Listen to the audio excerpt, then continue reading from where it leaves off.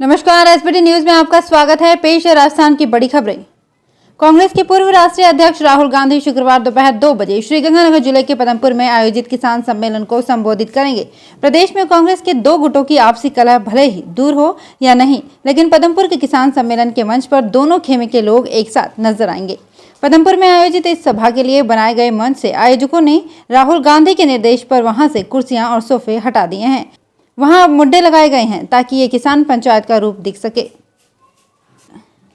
आज सुबह राजस्थान में भूकंप के हल्के झटके महसूस किए गए। इस भूकंप का केंद्र पाकिस्तान में रहा।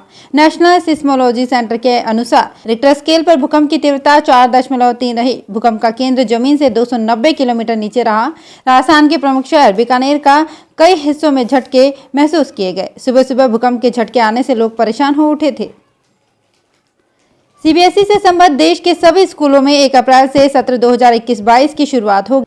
इसको लेकर सीबीएसई ने निर्देश जारी कर दिए हैं। हालांकि बोर्ड ने साफ किया है कि स्कूल को केंद्र और राज्य सरकारों के निर्देश और कोरोना गाइडलाइन की पालना करनी जरूरी होगी। परीक्षा नियंत्रक डॉक्टर संयम भारद्वाज ने बताया कि बीते साल लॉकडाउन और कोरोना संक्रमण के चलते स्कूल में पढ़ाई बाधित रही। लिहाजा बोर्ड ने 10वीं 12वीं की परीक्षाओं को 4 मई से जून के पहले पखवाड़े तक कराने का निर्णय लिया है।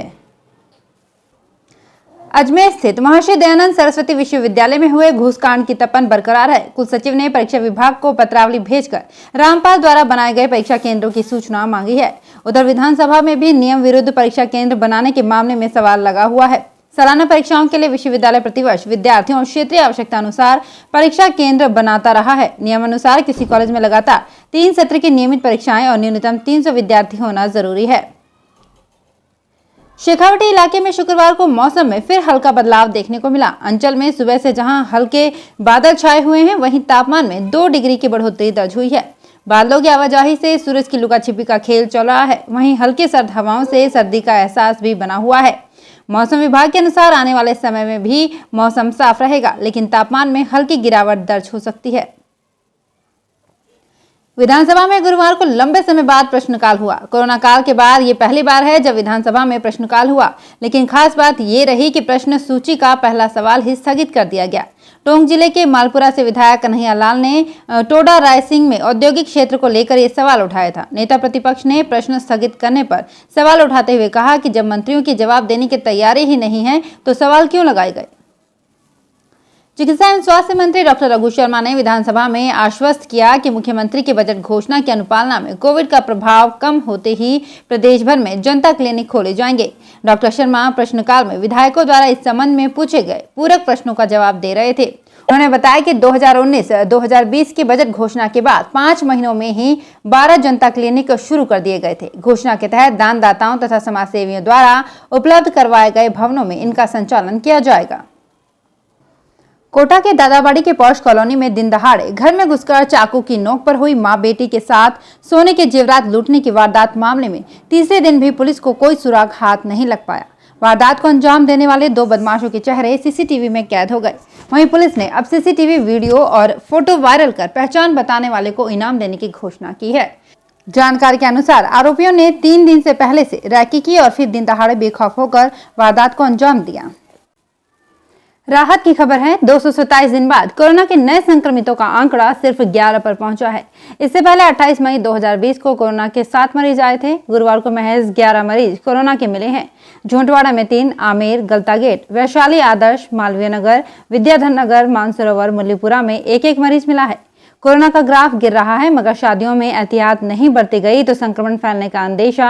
कलेक्टरों को निगरानी की जिम्मेदारी। सरकार ने बसंत पंचमी 16 फरवरी के होने वाले अबूझ सावा को देखते हुए संक्रमण को फैलने से रोकने के लिए पहले से ही हर जिले में कलेक्टरों की जिम्मेदारी सौंपी है।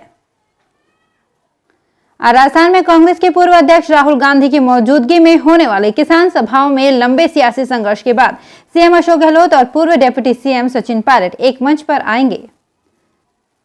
कांग्रेस नेता राहुल गांधी की 13 फरवरी को अजमेर के रूपनगढ़ में प्रस्तावित किसान सभा के सिलसिले में कांग्रेस के जिला प्रभारी मंत्री लालचंद कटारिया समेत कई मंत्रियों ने रूपनगढ़ में पुलिस और प्रशासन के साथ डेरा डाल दिया है। राहुल के लिए ट्रैक्टर ट्रॉलियों का मंच बनेगा।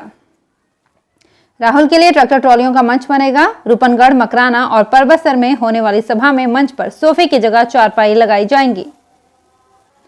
सीबीएसई 10वीं और 12वीं कक्षा में प्रायोगिक परीक्षाएं 1 मार्च से शुरू होंगी। ये परीक्षाएं 11 जून तक कराई जाएंगी।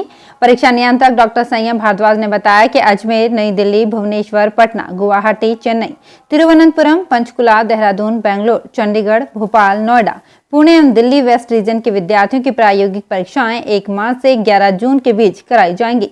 संबंधित स्कूल को प्रायोगिक परीक्षा समाप्त होते ही उसी दिन ही निर्धारित प्रपत्र में अंक अपलोड करने होंगे। राजस्थान लोक सेवा आयोग ने सहायक परीक्षण अधिकारी और अधीक्षक उद्यान के पदों पर आवेदन मांगे हैं। अभ्यर्थी 17 फरवरी से 16 मार्च तक ऑनलाइन आवेदन कर सकेंगे। सचिव शुभम चौधरी ने बताया कि सार्वजनिक निर्माण विभाग में सहायक परीक्षा अधिकारी के 4 और अधीक्षक उद्यान के पद पर भर्ती होगी। इसके तहत अभ्यर्थी 17 फरवरी से ऑनलाइन फॉर्म भर सकेंगे। इसकी समीक्षा परीक्षा वस्तुनिष्ठ रूप में ली जाएगी।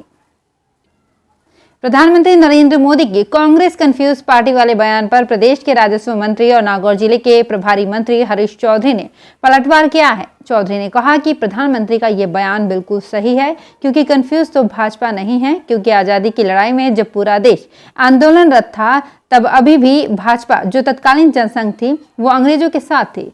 आज देश का किसान आंदोलनरत है और कोई उनके साथ खड़ा है तो मोदी जी उनको कंफ्यूज बता रहे हैं, जो उनकी पार्टी की परंपरा और इतिहास के अनुसार की गई टिप्पणी है।